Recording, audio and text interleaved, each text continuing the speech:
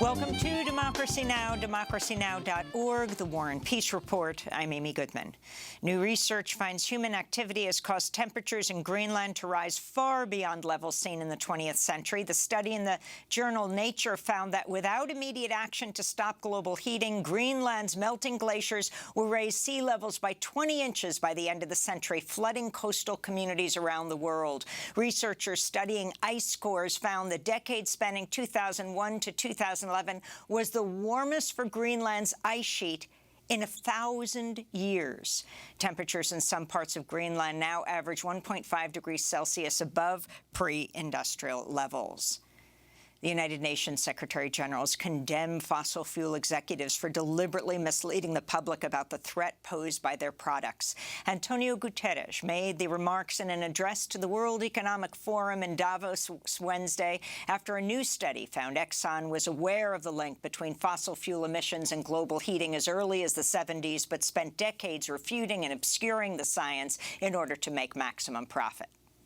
Some in big oil peddled the big lie. And like the tobacco industry, those responsible must be held to account. Today, fossil fuel producers and their enablers are still racing to expand production, knowing full well that this business model is inconsistent with human survival. UN Secretary-General warned the Paris Climate Agreement's goal of limiting global temperature rise to 1.5 degrees Celsius is, quote, nearly going up in smoke. Guterres said without further action, the planet's headed toward a 2.8 degrees Celsius increase.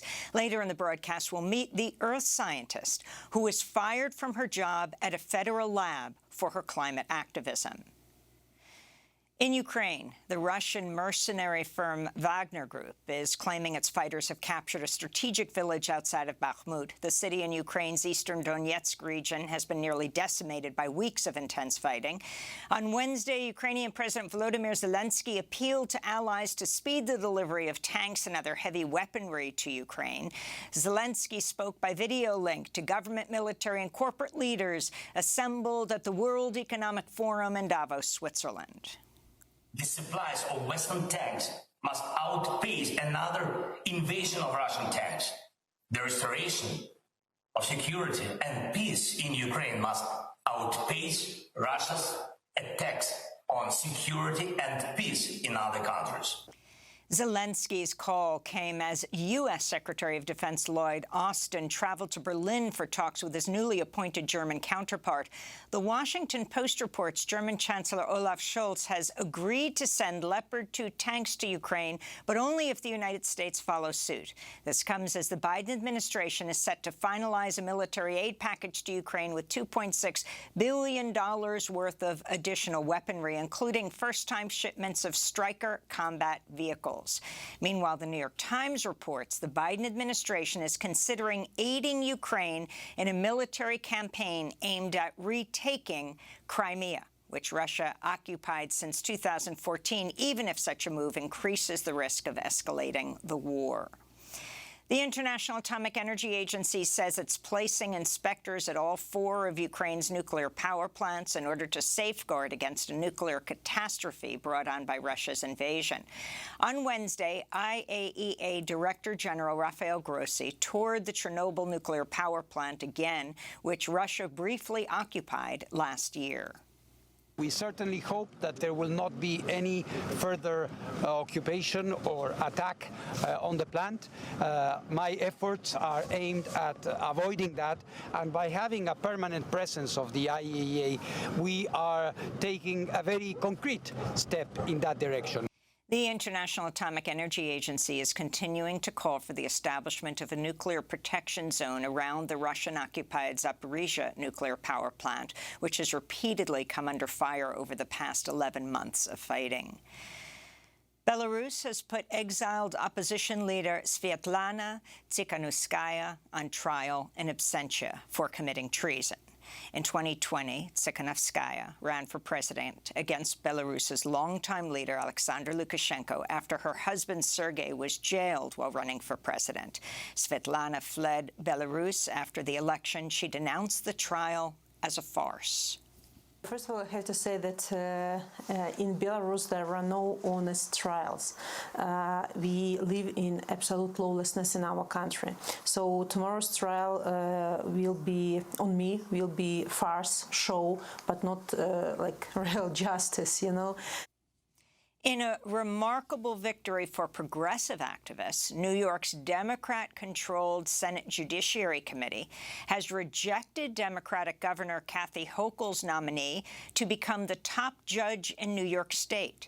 In an unprecedented move, the Judiciary Committee voted 10-9 to oppose the nomination of Hector LaSalle, who is the first Latinx judge ever picked to head the New York Court of Appeals.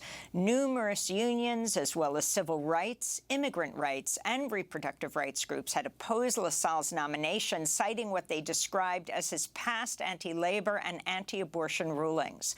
LaSalle's backers included House Minority Leader Hakeem Jeffries.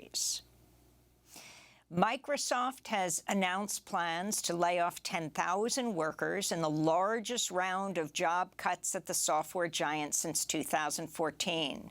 This builds on approximately 120,000 job cuts over the past year at high-tech firms including Twitter, Meta, Lyft, and Salesforce. Meanwhile, Amazon said Wednesday it'll lay off 2,300 workers in Seattle and Bellevue, Washington, part of a plan to slash Amazon's corporate workforce by 18,000.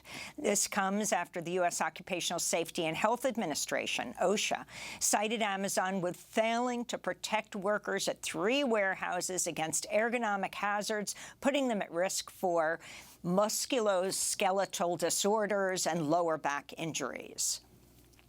A warning to our audience, our next story contains graphic images and descriptions of police violence. In Indiana, lawyers for the family of Herman Whitfield III have released body camera videos from the night Whitfield was killed in his parents' home by Indianapolis police officers. Whitfield was an award-winning African-American piano virtuoso who would have turned 40 years old last October. Early on April 25th of last year, Whitfield's parents called 911 to ask for help as their son experienced a mental health crisis. 6 armed police officers responded to the call. Whitfield family lawyer Richard Waples says the videos show officers failed to call an ambulance and did not bring in mental health professionals as the family requested. Instead, they responded with deadly force. They tased him. Then they got on top of him and cuffed him up and kept him prone down even though he was crying out he couldn't breathe. All this was captured on the Bodycam videos, which the police then would not let us have. The Marion County Coroner's Office later determined the cause of Whitfield's death was homicide. The city of Indianapolis and its police department fought for months to block a judge's order that raw videos of Whitfield's killing be made public. Herman Whitfield's mother, Gladys Whitfield, said Indianapolis police instead released a highly edited and narrated video which did not show the whole story. In my opinion, the police department has been anything but transparent concerning the circumstances of our son's killing. And in my opinion, IMPD has taken every opportunity to obscure the facts and present a distorted view of what happened. Whitfield's family has filed a wrongful death lawsuit against the city of Indianapolis and the 6 officers who responded to the 911 call. In Atlanta, Georgia, protests against a planned police training center known as Cop City escalated Wednesday when police say they shot and killed a man who was part of the demonstrations. Police said they were conducting a major clearing of protesters who occupied a wooded area outside the center when they were fired on, claiming they fired back after an officer was wounded by gunfire. Hundreds gathered at a vigil Wednesday night to mourn the protesters' death, where they disputed the police account. Longtime Atlanta activist Kamau Franklin tweeted, "We need an independent investigation on the killing of this protester. Why are SWAT teams in the forest with Georgia state troopers clearing a forest?" he tweeted. 6 protesters were arrested Wednesday and charged with domestic terrorism. And New Zealand Prime Minister Jacinda Ardern has announced she will not seek re-election and will step down next month after more than 5 years in office. I know what this job takes, and I know that I no longer have enough in the tank to do it justice. It's that simple. Prime Minister Ardern drew international praise for her handling of the COVID-19 pandemic after her government stamped out the coronavirus for months until vaccines became widely available. She also drew praise for her compassionate response to a white supremacist massacre in 2019 that killed 51 people at 2 mosques in the city of Christchurch, New Zealand. Shortly after those attacks, Ardern led a successful campaign to ban military-style, semi-automatic and assault rifles. And those are some of the headlines. This is Democracy Now!, democracynow.org, the War and Peace Report. I'm Amy Goodman in New York, joined by Democracy Now! Co-host Nermeen Sheikh. Hi, Nermeen. Hi, Amy, and welcome to our listeners and viewers across the country and around the world.